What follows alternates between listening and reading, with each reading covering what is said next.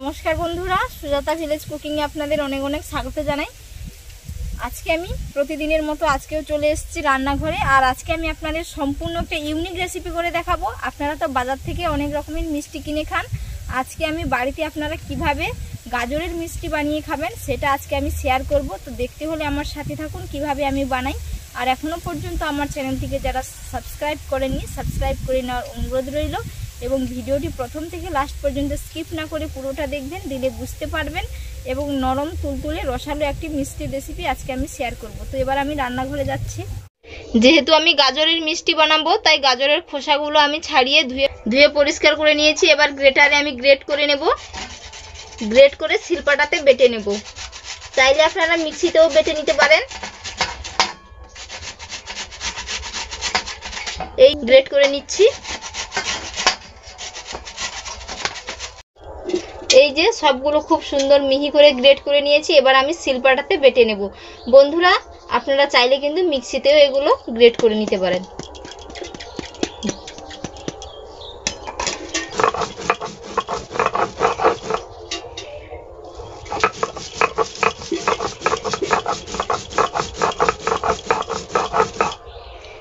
বন্ধুরা সবার বাড়িতে তো মিক্সি থাকে না, আপনারা এইরকম শিলপাটাতে বেটে নেবেন, খুব সুন্দরভাবে মিহি করে বাটা হয়ে যাবে।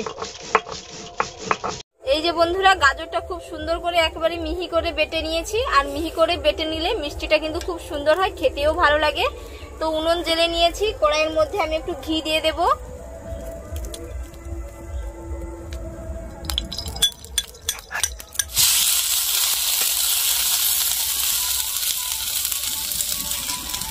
এইভাবে 1.5 থেকে 2 মিনিট ভালো করে নাড়াচাড়া করে নেব।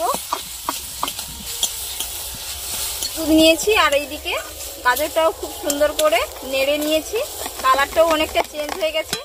অল্প অল্প করে আমি দিয়ে দেব, একসাথে দিলে দলা পেকে যাবে। আর চুলার ফ্লেমটাকে লোতে রেখে দিয়েছি।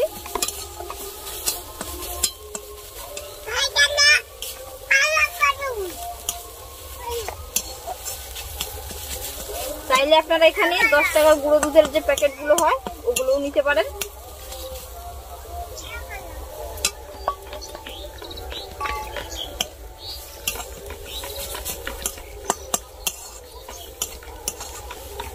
এবার আমি এর মধ্যে 1 গ্লাস দুধ দিয়ে দেব, গরুর দুধ।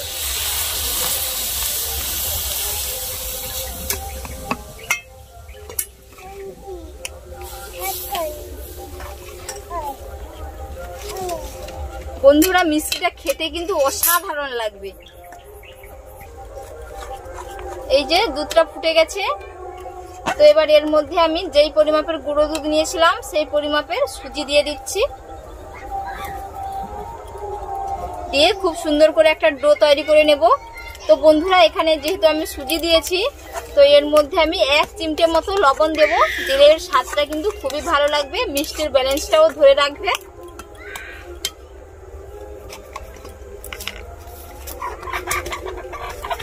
এই যে 1 চিমটে লবণ।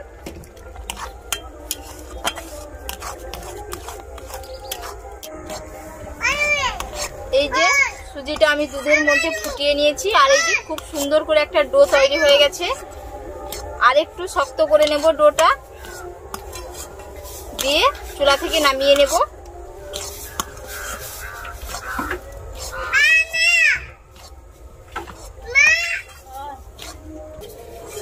এই যে খুব সুন্দর করে একটা ডো তৈরি করে নিয়েছি, কড়ার থেকে ছেড়ে যাচ্ছে। এই যে তো এবার আমি এটা নামিয়ে নেব।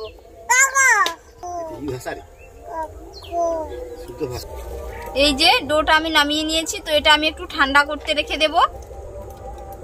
ততক্ষণে আমি কড়াইতে তেল দিয়ে তেলটা গরম করে নেব।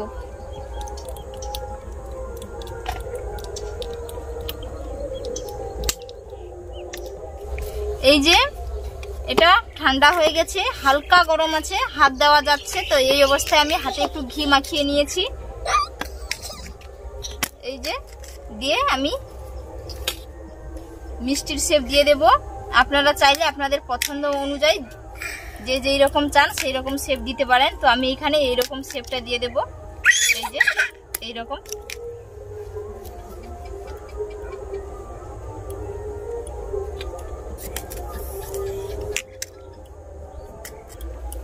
এরকম ভাবে সবগুলো আমি তৈরি করে নিব। বন্ধুরা ভাবে সবগুলো আমি শেপ দিয়ে দিয়েছি। এই শেপটা দিলে দেখতে খুব সুন্দর দেখায়, তাই আমি এরকম করে শেপ দিয়েছি। আপনারা চাইলে এখানে ছোট বড় করে নিতে পারেন বা গোল শেপ দিয়ে দিতে। এই যে তেলটা গরম হয়ে গেছে, এবার একটা একটা করে আমি দিয়ে দেব, দিয়ে ভেজে নেব। তেলটা কিন্তু খুব কড়া করে গরম করে নিতে হবে, না হলে তলায় লেগে যাবে। দিয়ে চুলার ফ্লেমটাকে মিডিয়ামে রেখে উল্টে পাল্টে খুব সুন্দর করে লাল লাল করে ভেজে তুলে নেব।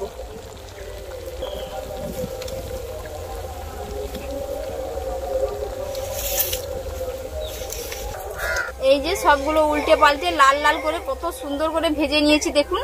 একটু হাতে টাইম রেখে ভেজে নিতে হবে, ভেতর থেকে খুব সুন্দর করে ভাজাও হয়ে যাবে। তো এবার আমি এগুলো নামিয়ে নেব।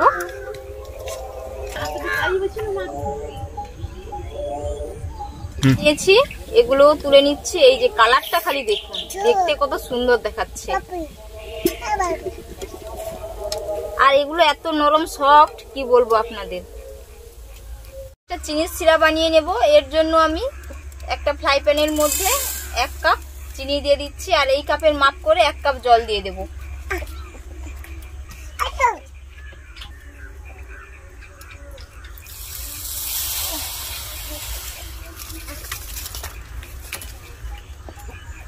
ফেটে ফুটে যায়নি, কত সুন্দর ভাবে হয়ে গেছে।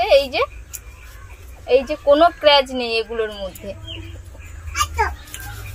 চিনির শিরার মধ্যে একটা এলাচ আর 1 টুকরো দারুচিনি দিয়ে দিচ্ছি। চিনির শিরাটা আমি 1 তার বা 2 তার করবো না, জাস্ট একটু চ্যাটচ্যাটে হয়ে যাবে, তখনই আমি।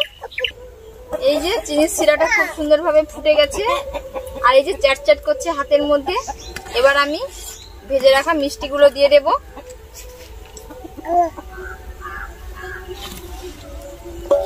চুলার ফ্লেমটাকে একেবারে বন্ধ করে দেব, দিয়ে 10 মিনিটের জন্য ঢাকনা দিয়ে ঢাকিয়ে দেব। 10 মিনিট পরে আপনাদের দেখাবো কেমন হয়েছে। বন্ধুরা 10 মিনিট হয়ে গেছে, ঢাকনা খুলে দেখে নেব।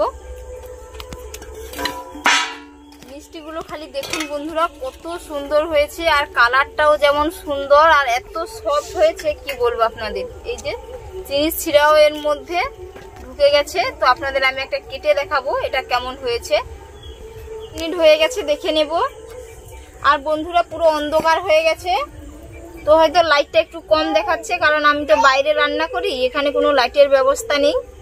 আর এই যে দেখুন কত সুন্দরভাবে চিনির শিরার মধ্যে, কালারটাও দেখুন কত সুন্দর দেখাচ্ছে, শিরাটাও এর মধ্যে চলে গেছে। এই যে দেখুন খালি কত নরম সফট হয়েছে। এই যে তো একটা আমি আপনাদের কেটে দেখাবো, দিলে আপনারা বুঝতে পারবেন যে কতটা রসালো হয়েছে আর নরম তুলতুলে। এই যে আমি কড়াই থেকে সবগুলো তুলে নিয়েছি, আর আপনাদের দেখাচ্ছি কতটা সুন্দর হয়েছে। এই যে কত নরম সফট একেবারে হয়েছে, রসালো। এই যে একটা কেটে দেখাচ্ছি আপনাদের।